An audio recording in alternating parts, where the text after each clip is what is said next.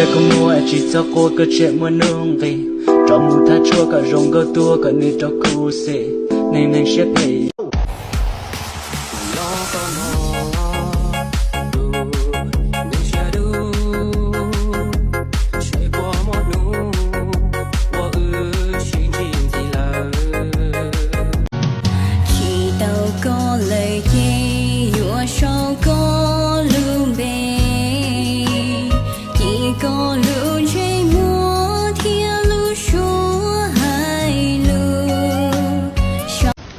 mỗi lần nghe đến hai từ lấy chồng là tự nhiên say sẩm, chóng mặt, ù tai, muốn xỉu ngang luôn. Tôi đã yêu em lâu rồi sao em chẳng nhận ra. Tôi đã yêu em như là ia bản tình ca.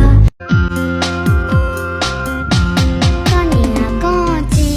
là sai nhau. Thấy con là thả đà của nó sư. chế bộ cả thảm mà cô chỉ muốn nhiên na cô chỉ muốn chết na cô giờ nên giỏi nhẹ sự chỉ giờ nên luôn nôn na chạy lá ủ qua tàu mà giỏi nhẹ buộc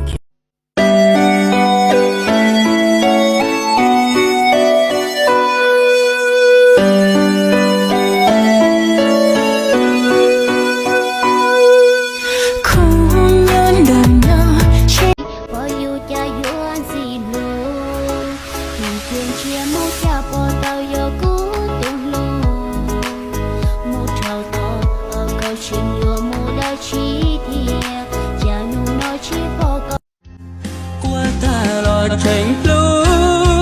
mò ta lo tranh u để phong tay dư lãng tư lo có cho trẻ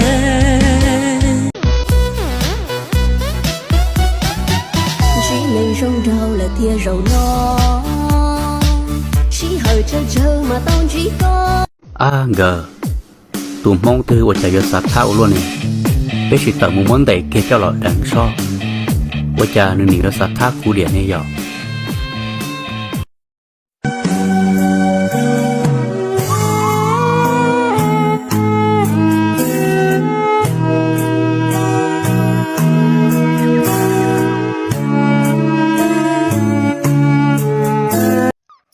sống cả nói lên tôi chỉ một tuần lúa giờ thì lên tôi chỉ một tuần lúa thì nhà mình lấy tôi nào họ giờ thì một tuần lúa thì nhà mình là ở đó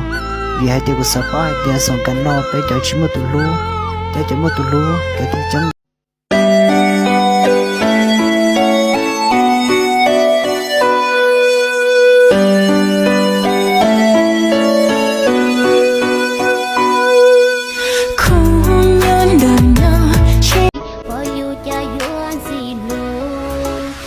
subscribe cho kênh Ghiền Mì Gõ để không bỏ lỡ những video hấp dẫn.